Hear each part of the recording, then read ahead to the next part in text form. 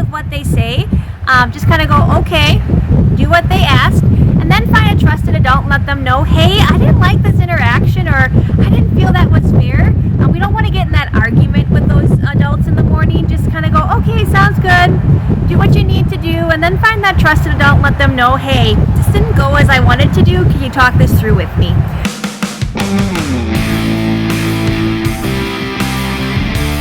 We want to make sure we're being responsible. You all have designated grade level areas where you wait in the morning, and so we want to make sure we're in those levels. So 7th graders, you're in the front of the school, the main doors, that's where you're going to be. 8th grade, you're over by that flagpole in that grassy area and on that concrete by door 4. Our 5th graders, you're going to be hanging out in the playground, and our 6th graders are going to be on the basketball courts.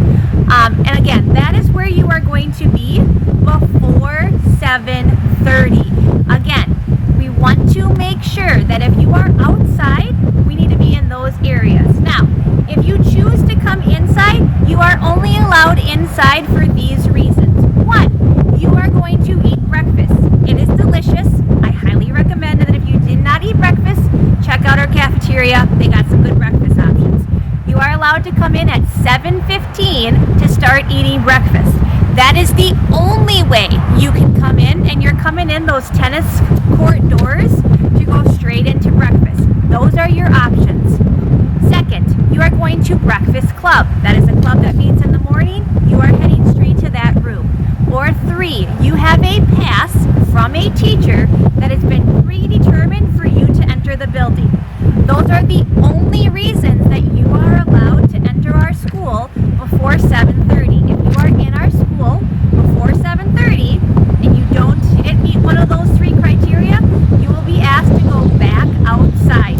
Those doors will be locked. The only doors that will be open is that one by that tennis court to make sure that we can get in to go in for that breakfast item.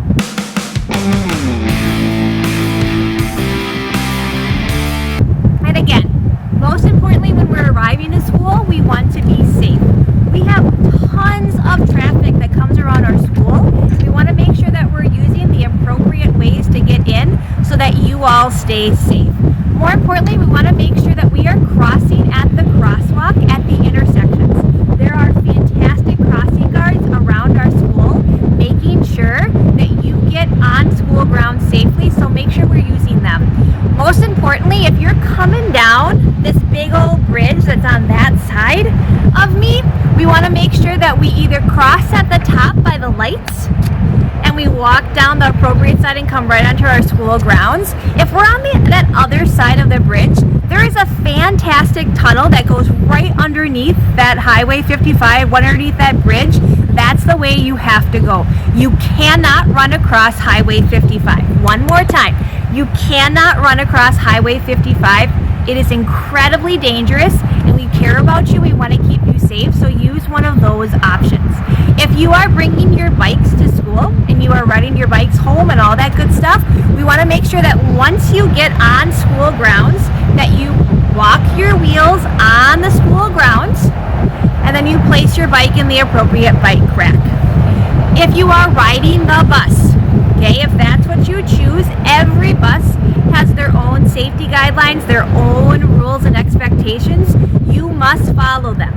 It is not a right to ride the bus, it is a privilege. And so if you are being inappropriate on that bus, there will be consequences for your actions. We want to make sure that we're being safe, we're being responsible, and we're being respectful even on the bus, because you represent our school, and we want to make sure that you are doing everything that needs to be.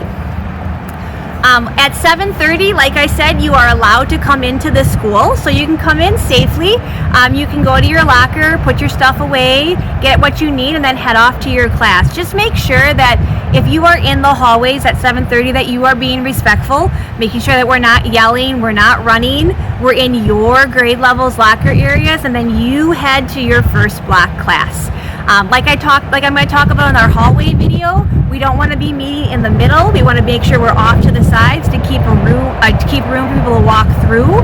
But again, you can come in at 7:30 to start the school day get your stuff into your lockers, get your day set up, and head off to your class and then, but you cannot come in before 7:30. Again, these are all ways that you can arrive to school safely. So I hope you guys are going to have a fantastic day, and we'll see you guys later.